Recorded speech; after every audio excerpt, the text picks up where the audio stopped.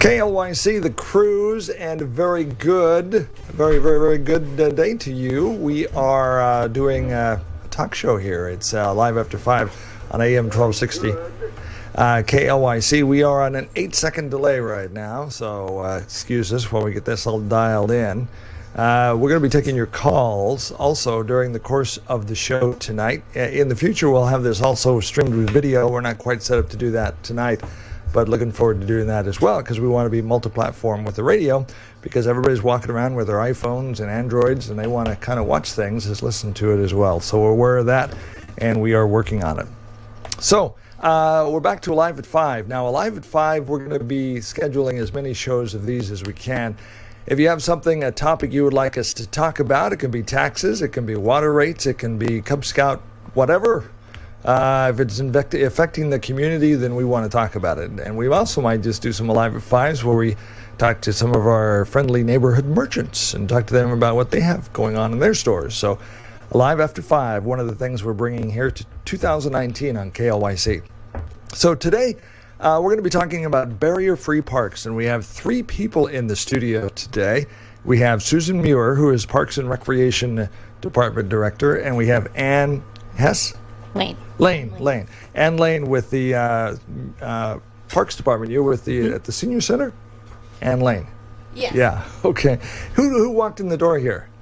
I am Heather Miller. I'm president of the McMinnville Kiwanis Club, who has a role in the Northwest Neighborhood Park barrier-free playground. Okay, well, thank you for all that you've done. There's been a number of organizations that have contributed to the barrier-free park. Now, what are we talking about when we talk about a barrier-free park, Susan? Well, I'll start by saying way back in 1999, when the city of McMinnville started doing its master planning for parks, we identified an underserved neighborhood in the Northwest area. And so that master plan long ago said we needed to think more about parks in that area and adding some as new growth came along. Over the years, my predecessor, Jay Pearson, did a great job of developing a number of parks under the bond that went along with that park and acquiring open space. And one of the pieces of property that the city acquired, I think in 2014, was this particular piece of property in that Northwest neighborhood area. At the same time, Kiwanis, which is why Heather's here, had a concept for a barrier-free playground somewhere in McMinnville, which is a great concept. The idea behind a barrier-free or an inclusive playground is to really use equipment and design and be thoughtful about including everybody in the types of play and the types of sensory experiences kids may have on the playground, whether it's tactile or motion or sound, and really just using a lot of designs to break through barriers that would be at the way we think of a traditional park. So what is exactly different at a barrier-free park? What extra stuff is there? Well, I don't know if I would say it's extra stuff. What I would say is everybody can play there and have fun without any barriers. And that's what we're really looking. This is the future of all parks in McMinnville. This is really the future of parks. So while it's going to be different for us originally, it's going to look and feel a little different. It's actually going to look and feel really, really cool. And it's got a lot of really fun play equipment that we haven't seen a lot of some of the newer things in McMinnville. So it's really going to be new. I don't know that people are going to go to this park and think, oh, this is a barrier-free park or this is an inclusive park. I think people are going to go and say, this is the coolest new park we have in McMinnville. That's what I think. And I think Heather probably from the Kiwanis perspective has an idea of what they hope people will experience there. Yeah, I absolutely agree. Our initial concept was brought to us at one of our weekly meetings from a gentleman in Portland that had created or kind of championed a park in Portland that was accessible for his daughter, and not just for his daughter, but so his daughter could play seamlessly with her siblings and all the other kids in the community. So it's just accessible and just completely looking for a word and I can't find it, but everybody there's no discrimination between abilities. Everybody can access the same pieces of equipment and enjoy them and do things together, as opposed to a separate area or separate structures for different children. I know a lot of organizations like yourself have been working on the barrier-free park for quite a while. How many years? 10 years? Well, I think one of the city councilors, Adam Garvin, told me the other day that he remembers in 2010 some discussions about it way back then. So. That's when it started. I was with the Kiwanis Club then, moved away, and back now, and this is a continued conversation. It came from some very well-planned Kiwanians in our past that put aside money and let it kind of grow and build. And I think it was in 2010-11 that it was time that we find a project that would help the community and be different, and that committee of people decided on a barrier-free, inclusive playground as the goal. Has there been a lot of push from the community saying we want these things? Maybe their kids have had some challenges? I know early on we did have quite a few meetings with families in the community that had children that would benefit from this type of thing, and then once we started talking at that time with Jay, the Parks Department had the same kind of feedback, and it just sort of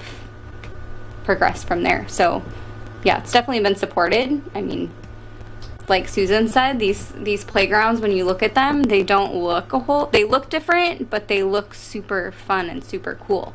Like, how do they look different? What looks different about them? Well, I think for us, it's going to look so new compared to some of our other parks. So that will be one of the cool things, and we've gone through that as a community. You know, Jay will tell me stories about when parks are new and they become very popular. But it's going to be new. It's going to have new equipment. It's going to have a little different surfacing material to it. If you go to Discovery Meadows, you know something that we call poured in place is there. It's going to be a little different than that, a little more like an artificial turf or a carpet kind of thing. So I think people will notice that, and that provides a really great tactile experience for kids to kind of run their fingers through it and grab it and play in that. That provides a different experience for them. So I think the surface is going to look different. I think the colors will look different. You know, we've learned a lot about reds and fading, and Lynette Noble, our parks maintenance person, will tell us about different colors that hold up well over the years. So I think everything about it will look different. The way the playground equipment is constructed these days looks a little different than what it used to be, so even the swings will look a little different. So I think it's just a new version of a park that we're all ready to see.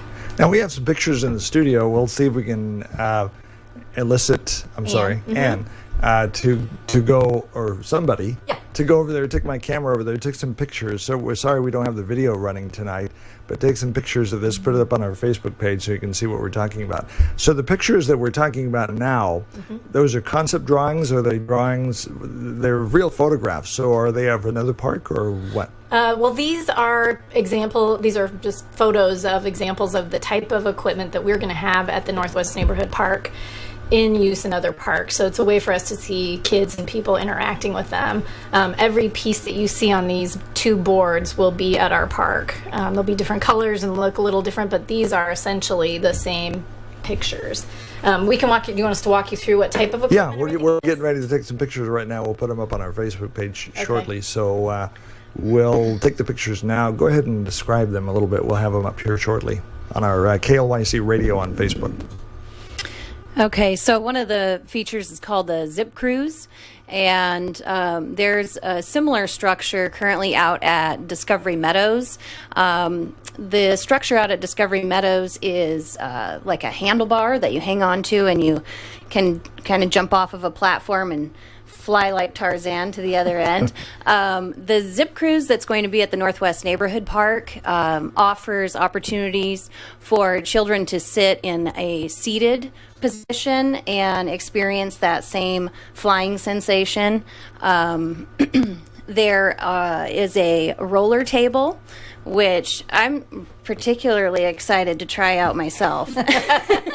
Which one's the roller table? So the roller table is the picture of the young boy lying on his back using the arches over the top of him to move himself through the roller table. I would explain the roller table as kind of like a slip and slide, really, but a dry version. Yeah. Where you can start on one end and slide on your stomach or your back through to the other end.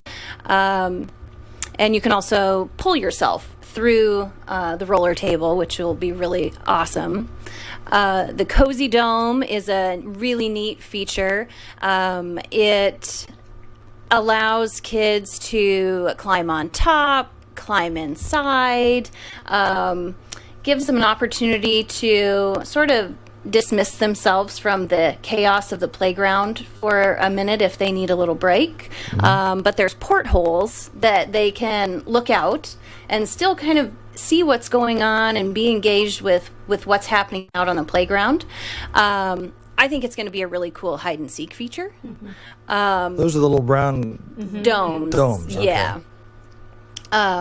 We have the Omni Swing, which looks like a big disc that is in an arched support.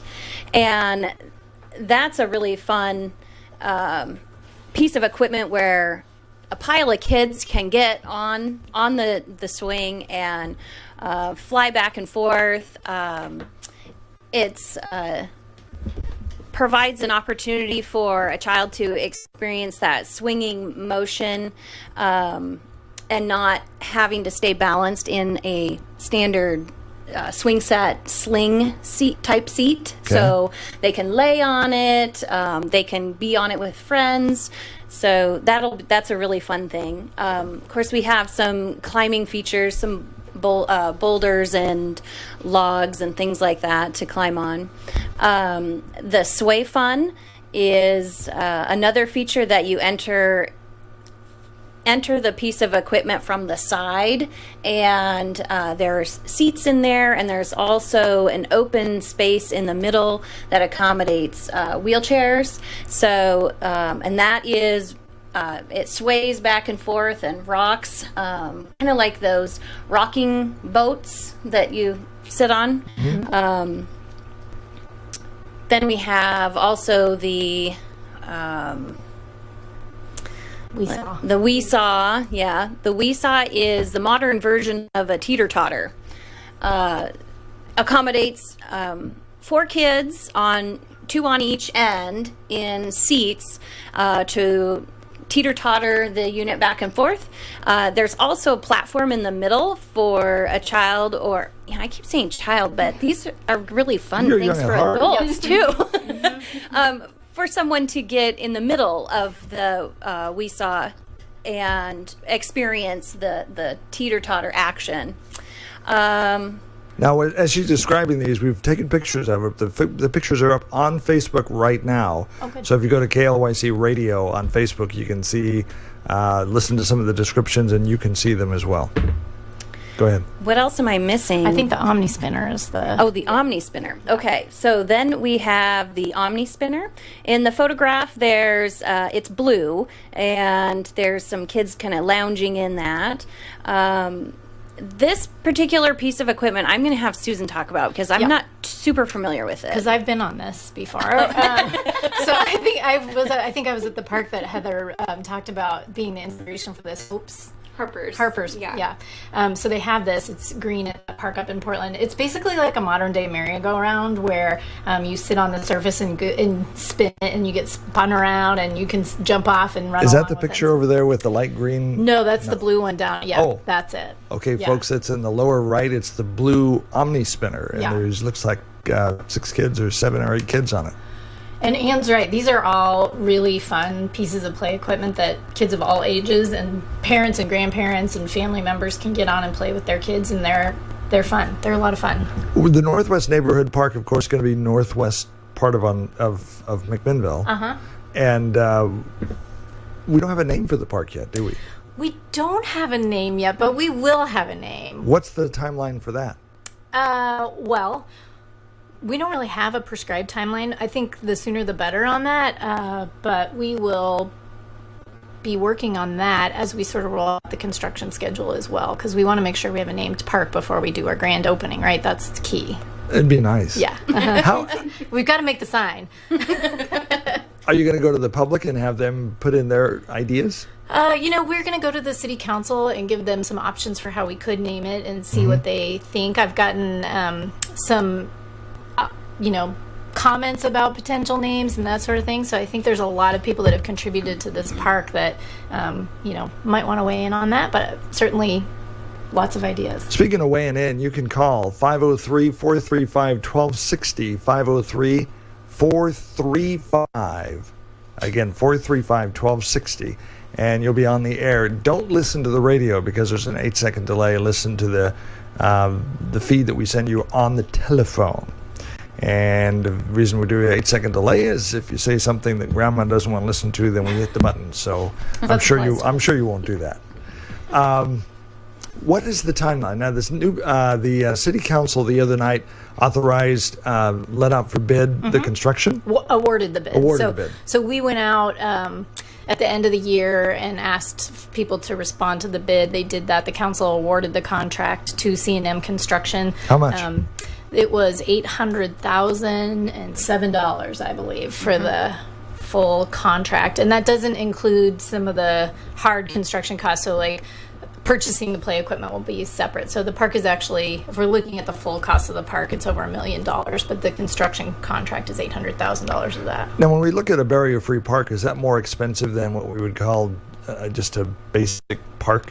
No, I would say they're very similar, and all bring different ideas and different kind of concepts to the table. And you could have, if you had a water feature in a park, it would be a lot more expensive than any other park, and you can make a water feature both accessible. And I mean, I think one important thing to think about that is all of our parks are ADA accessible. This just takes the next step in terms of removing barriers to get everybody on the same play equipment, like Heather said. So it doesn't really factor into the cost. I would say it's a part of building parks that we all need to pay attention to going forward.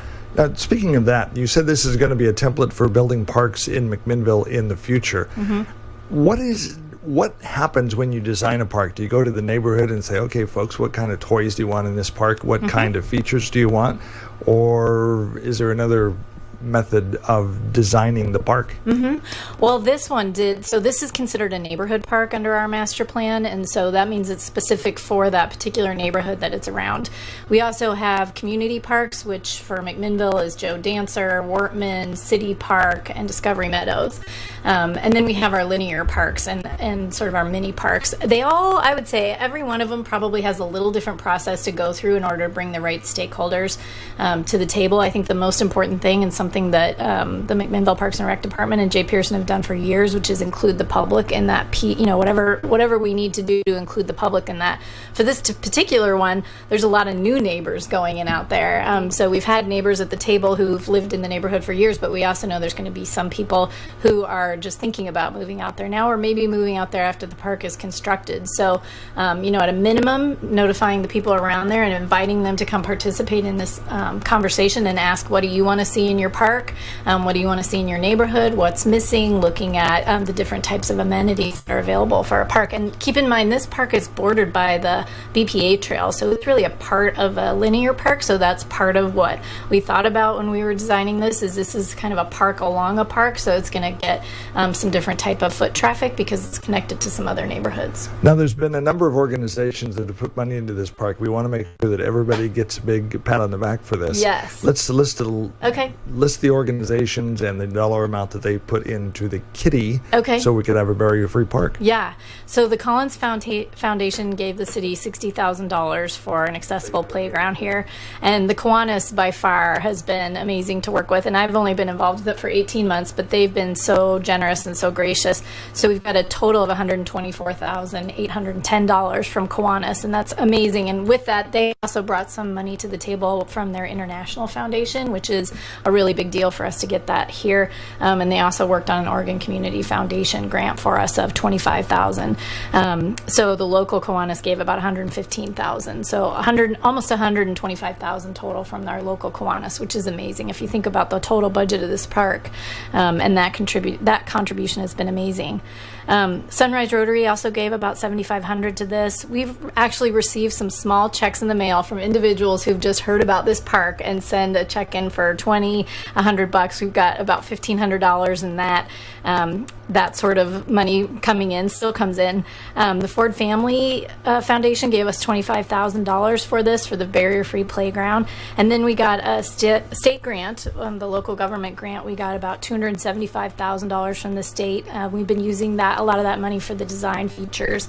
And we feel pretty lucky to have that money with the state. And everybody's been so gracious. As you know, this park took a little bit of time for us to be at this point where we're awarding the the contract. And so all of those folks that had believed in this purpose and believed in the park and believed in McMinnville really have been very patient, and we're lucky for that because the market has been tough for constructing a park, and there were a couple of other things that made this one particularly challenging. One is that area wasn't developed yet, so the road, Jan Ranch, needed to be extended and some other things. So all those folks that brought that money to that table, it was generous to start with, and then the fact that they've been so patient and waiting for us has really been amazing. What's the construction, letting a project like this out and getting a bid right now? There was a period of time when construction companies were looking for work, and so you got some really good deals. Yeah. Has that kind of went the other way now, and they're so busy that the prices are going up just because there's a lack of demand of people to do work? You know, if you'd asked me that question last year when we let it out the first time, we got back really high bid responses. We were well out of our budget, and unfortunately we could not move forward then. Our strategy going out this time was it's a good time of year because hopefully people are kind of between construction projects and contractors can look at their schedule a little bit further in advance. We were sort of at the end of a construction season when we let it out last time. It's also a new year. There's lots of things that I think for contractors play into this. I've also heard generally around the state right now, public contracts are coming back pretty good. So I think we're in maybe a leveling out, if I had to say, but I think the contractors, maybe they'll call in. They would be able to say that much better, but I feel like we had a really good response to this. Now, keep in mind, there were a few that were over our budget too. So we were lucky with what we got back, and it's great. What would you say to folks who say the cities should be doing police, fire, ambulance service, and parks are kind of a nicety that maybe because of, tight times we shouldn't be spending this kind of money on a park? What would you say if there's somebody out there listening saying, it's great, but $800,000, I could buy a lot of police officers for that? Don't take that the wrong way. I could pay for the salaries. I could pay for the salaries of a lot of police officers. What I would say is part of what people love about McMinnville is the quality of our life here and the quality of our neighborhoods and the quality of our community. And one of the critical components of that is open space and the way we interact with it and the way our families can play in open spaces. So I don't disagree that police and fire are critical services that we need to offer as a city. And I would say, the more time and money we spend in parks and we spend in developing our youth and we spend in our programming, whether it's youth or seniors or other things, the more time we can build that quality of life and keep people and kids off the streets and keep them occupied with some things. I know it seems, I hear that too about park maintenance. Why are we building a new park when we can't maintain the ones we have? And we're working on that. I think as on the city as a whole, we recognize that. We're taking some steps to do all of the things at the same time and recognize we need to really keep up on the maintenance. We need to make sure we're doing construction. This neighborhood was without a park.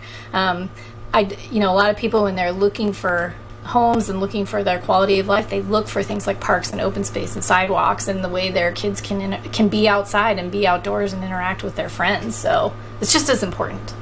Now, when companies are coming and thinking of building in McMinnville, bringing their industries here, quality of life is important. They do look at things like parks, don't they? Yeah, they do. They really do. Housing, parks, recreation facilities, programs, what we have, all of those things, crime rates, I'll throw all that in there.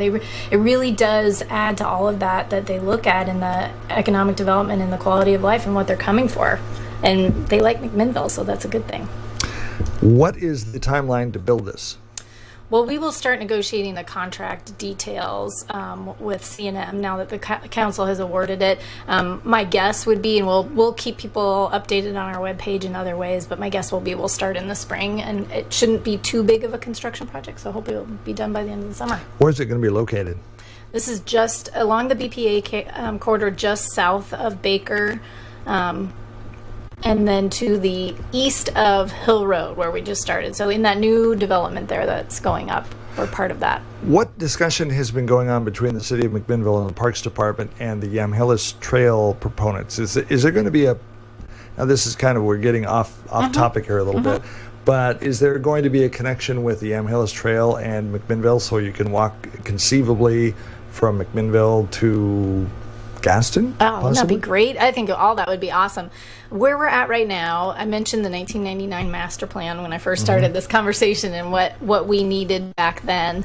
We had a population that was much smaller then. We had a lot of things outlined in that Parks master plan that we need to update. And so we plan on updating that in 2021.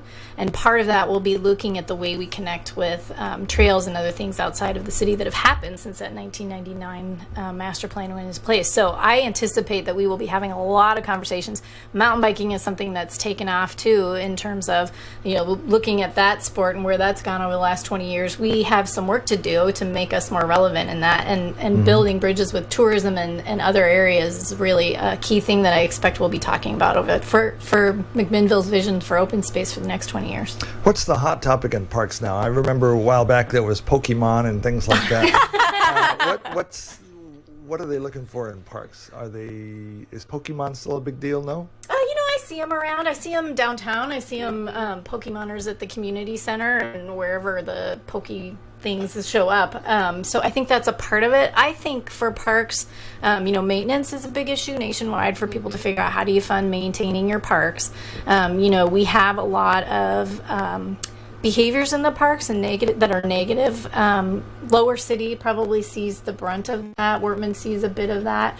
The challenge for us is to look at programming and physical construction, the way we develop parks, the way we light parks, the way we keep eyes on parks, that we need to look at in terms of making the parks safe for everybody.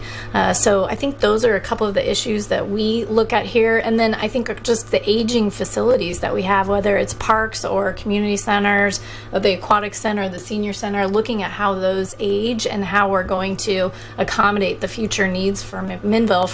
We're a population of 35,000 now, and as Heather Richards takes some of the planning projects for us out through the next 20 or 30 years, what will the recreation components of that size of a community need to look like for us? And we're excited to be a part of all those conversations. Okay, here comes a hardball for you. Oh. Let's talk about the homeless situation, and as the folks that are looking for a place to spend the night, stay, and there are some folks that, especially at night, just don't feel safe going into parks in a lot of Oregon cities because there are people that are living there, and for whatever reason, I'm not saying that they aren't safe, but they just have this feeling that they're not safe. How do you handle that, and what does the Parks Department do to try to help both people? Try to be nice to the folks that are in a hard way, and then also want to make sure that the people who live here can enjoy their parks. Yep. We do that by saying everybody's welcome at our parks. We focus on behaviors and not people. So we don't look at what class of people, what class a person is. We look at behaviors. And as long as everybody's following park rules and engaging in positive behavior, they're welcome in the parks. I'll note that the McMinnville parks close an hour after dark, so there should not be camping. There is. We know that. We have park rangers. We put the Parks Department and the Police Department are really partnered in trying to have a presence with the park rangers. They patrol the parks in the summer. They're not year-round right now, but we do try and have a presence there. And we try and do more programming in areas where we know there are things that need to happen. I'll put a plug in for the Walnut City Music Festival that went down into Lower City last year. That was a great positive really positive activity that brought a lot of people down to Lower City that, and there was a volunteer day, I think a week before that cleared out a lot of the brush along 2nd, and you could really see right down into Lower City, and people would drive by and say, wow, what's happening down there? There's some cool concert happening down there that hadn't been seen in a while. And so what our role is, what Ann and I and the rest of the department work on, is how do we bring more of that positive behavior into our parks to try and help the parks feel safe, and really just trying to welcome everybody. Just have to follow the rules. As far as the Walnut City Music Festival, there's a poster over there right on the wall. Yeah. They plan on having that down there again? I sure hope so, yes. I've been talking to them preliminarily, and I'd like to think that we're going to do it again. What about other activities like that? Yeah, if anybody wants to do it, come talk to me. 503-434-7310. Anybody want to do an event down at Lower City Park, I'd love to talk to you. Now, Joe Dancer Park, that's Yeah. closed during the winter because of possibility of flooding and... Correct. Wet. It's very wet down there. Yeah. So we like to keep those fields very protected for our sports teams. A lot of soccer fields, Joe Dancer Park. Is there demand for more soccer fields? Well, I would say there's demand for more opportunities for outdoor play, but maybe not necessarily for soccer, but for things like rugby. We have competition for our fields where somebody might want to do a rugby tournament in McMinnville, but we can't because it's current, during that time it's occupied with soccer. And so we're looking at how do you use fields at the same time for different uses, protecting the fields and also delivering the services and the programs that the community expects to see. So if, how do I ask this next question?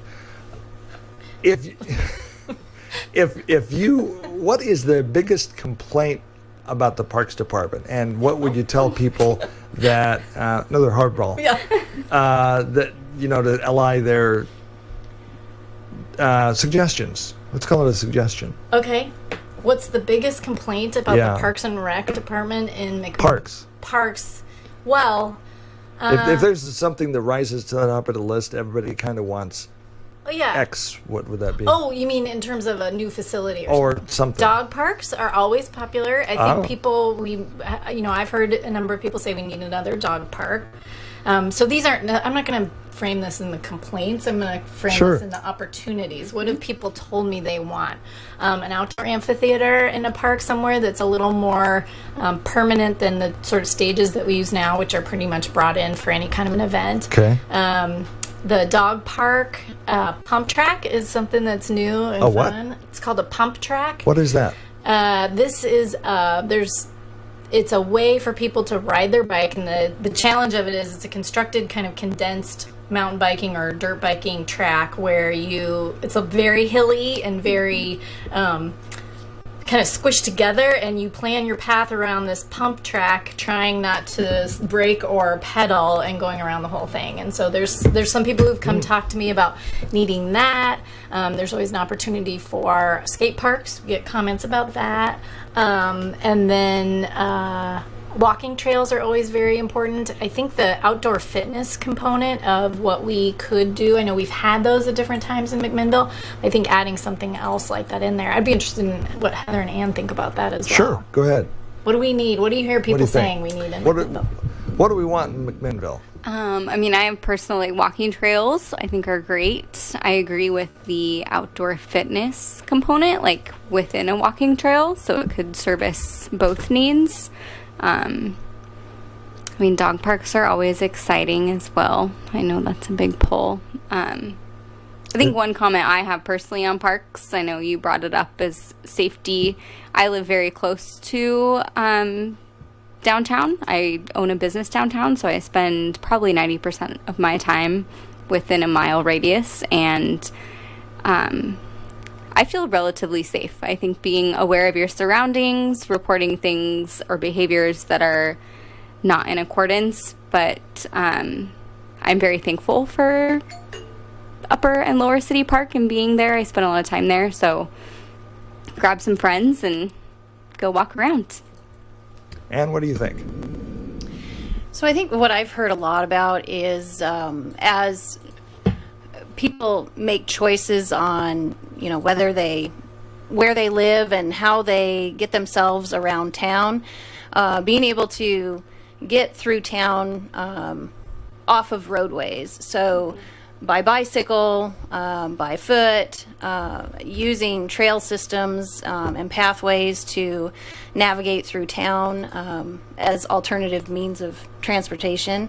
I hear a significant amount of that. Perhaps it's the older population that I spend a lot of time with that's, perhaps they've decided not to have a car anymore, but they still want to get around town. How do they do that? They want to ride their bicycle or walk, so they're looking for alternative ways of transportation, and I think we can be a player in that for sure. Okay. One other thing I'll throw in after they talked to us reminded me that pickleball has been something that, as we've all seen, the courts, the tennis courts, over at Star Mill, just next to Lower City Park, we converted a couple of tennis courts to pickleball courts, and those have been very popular, and I think that's a sport too that's just going to continue to grow. So one of the things that we'll do when we start our new master plan is ask the community just that. So what do we need? Just like you did us. What do we need? What are we looking for? What do we want to see in the future? What do we not have enough of? What do we need to do better? And what do we need to continue to do in McMinnville? What about bocce ball? Is that? Yeah, I hear that every now and then. I've heard that there have been some plans on and off for bocce ball out at Discovery Meadows. I think there was a conversation at one point about bocce ball, so I think that's kicking around out there too. Yeah. Back to the Northwest Neighborhood Park. Don't have a name yet. That's in the mill. Yep. We're working on that. When are we going to have the golden shovels out there and do the groundbreaking and start? Don't know quite yet, but we will publicize it greatly so everybody can be out there. We just don't have a date yet. We need to look at the weather and kind of think about that, but hopefully spring. Yeah. Once we start construction, how long will it take?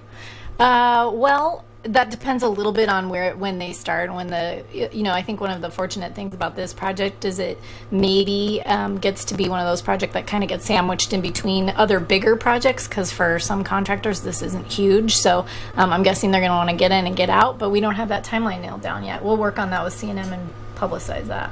All right, folks, we've got some pictures posted on our Facebook page, KLYC Radio. In fact, let's take a look at it right now and see if everybody's made any complaints. Sorry for that word. Comments. We've got some thumbs ups. Oh, good! Yay! So we have one comment. What does barrier free mean? Well, it really means having thoughtful design to make both the transition to and the play really inclusive, so that there's no barriers to that. So, for example, some of the things we used in this park are the materials. Like the material that's going to be under all of the play equipment is really easy for people to get around on. It's not wood chips. It's not something that can cause some snags. It's a really level surface. So even just looking at accessibility, it provides, there's no barriers. There's not going to be any barriers to somebody getting all around this park in any way. So it's really looking at anything that would stop somebody from engaging or playing with everybody else. We've taken those away on this park. Barrier-free parks. Well, you're getting thumbs up and hearts on our Facebook page. So there we go. I did bring some statistics from the National Recreation and Park Association about in barrier-free parks that I can share too. Sure. Because this is such an important part, and it goes along with why I think the Kiwanians really picked this up, and we're kind of, urging us to get on the accessible and barrier-free playground. 88% of all Americans believe it's important for their community to offer inclusive play options for people of all abilities and needs at its playground. So that's 88% of Americans. That's pretty good. And then 7 out of 10 Americans say having play options to accommodate all abilities is extremely or very important. So when we have that conversation about what's important to a community, that you're a business or you're a resident that you're going to look at, this is our clue into, okay, we need to do these kinds of things, because that's a big majority of people that feel this way. These are important parts of our parks, and we need to pay attention to them. Okay. Closing thoughts. Well, I would just say, to all of the people, I'm relatively new with the city. I've been here 18 months, and so this park was started long before I got here, and there were so many people that were involved in it, and so many people that really put their fingerprints on it, or gave dollars to it, or raised a paddle to it, or whatever, that my closing thought would be to thank all of those people, and Jay Pearson in particular, who did really the design work and the property acquisition and worked on all of that stuff. One of my closing thoughts would just be thank you to all of those people, and then watch for it to come out of the ground and come play. I think I would like to try that thing on the top. With the roller table? The roller table. Yeah. That's the one where the kid is pulling himself along the hoops, and there's rolls that does he go into the water on the other side, or what does he fall off? No, I think that's a safe landing with no rollers on that piece of it. But who knows? Another kid could help him pull. They could just make a little chain of kids, and they could all be zipping through there and having some fun. Well, parks are fun. It's part of what brings life to a community, and have fun. And the term quality of life is used a lot when we talk about parks. So it's nice to have another park in McMinnville, and be watching for when the survey comes out. And one of the things that we started doing is when the city does a survey, we do our own survey online, and it's kind of fun to kind of compare the results. Oh, good. And, usually they're the same or similar, because we're of course talking to the same kind of people. Anyway, so watch for those 2 surveys to come out. And anything else? I would just like to note too that everybody knows McMinnville's special, and we pride ourselves on that. So this is really another opportunity for our citizens and our community to come together around something that is very special, and tips a hat to every member in our community and welcomes everyone to participate in an activity together. From the Kiwanis perspective, I'm going to say thank you as well, because our club is only functional with the support of the community members and our partners. So for many years, we have kind of championed this park and put our foot forward. So to all our members who have worked on committees, and to everyone who's attended our annual auction and has raised their paddle, it's coming to fruition, and we're really excited to celebrate this year. Northwest Neighborhood Park, barrier-free park, coming soon to McMinnville. Hey, if you've got a topic you'd like us to explore on Live After 5 or any of our news stories that we do, let us know about it. You can send me an email, dave@klyc.us. We've got a number of new DJs on the air. We have Boogie and Ben starting at 10 o'clock in the morning. Steve Coffey is in the morning. Wes is going to be starting soon. And then we've got eventually, with the gentleman that we're working with on doing programming at KLYC, we're going to have probably DJs 24 hours a day on the radio. So thank you for your comments, and they each have an email address, so make sure you reach out to them if you like what they're doing. If you don't like what they're doing, reach out, and hey, we want to make this kind of community radio where we're reaching out and get involved in the community. So that's part of where we're taking KLYC to. We are going to be doing more local news programming on the radio, but we're going to play a lot of music, and we will probably stay with the 50s, 60s, 70s, a little bit of 80s thrown in there for good measure, but we are going to keep the format pretty much the same. That's what our survey is telling us, is that people kind of like what we're doing. Yeah. So we'll keep doing that. Thank you for being on Live After 5. Thank you. Thank you, Dave. Again, if you have any things that you want us to talk about, topics, discussions, let us know. Send me an email, dave@klycmedia.com.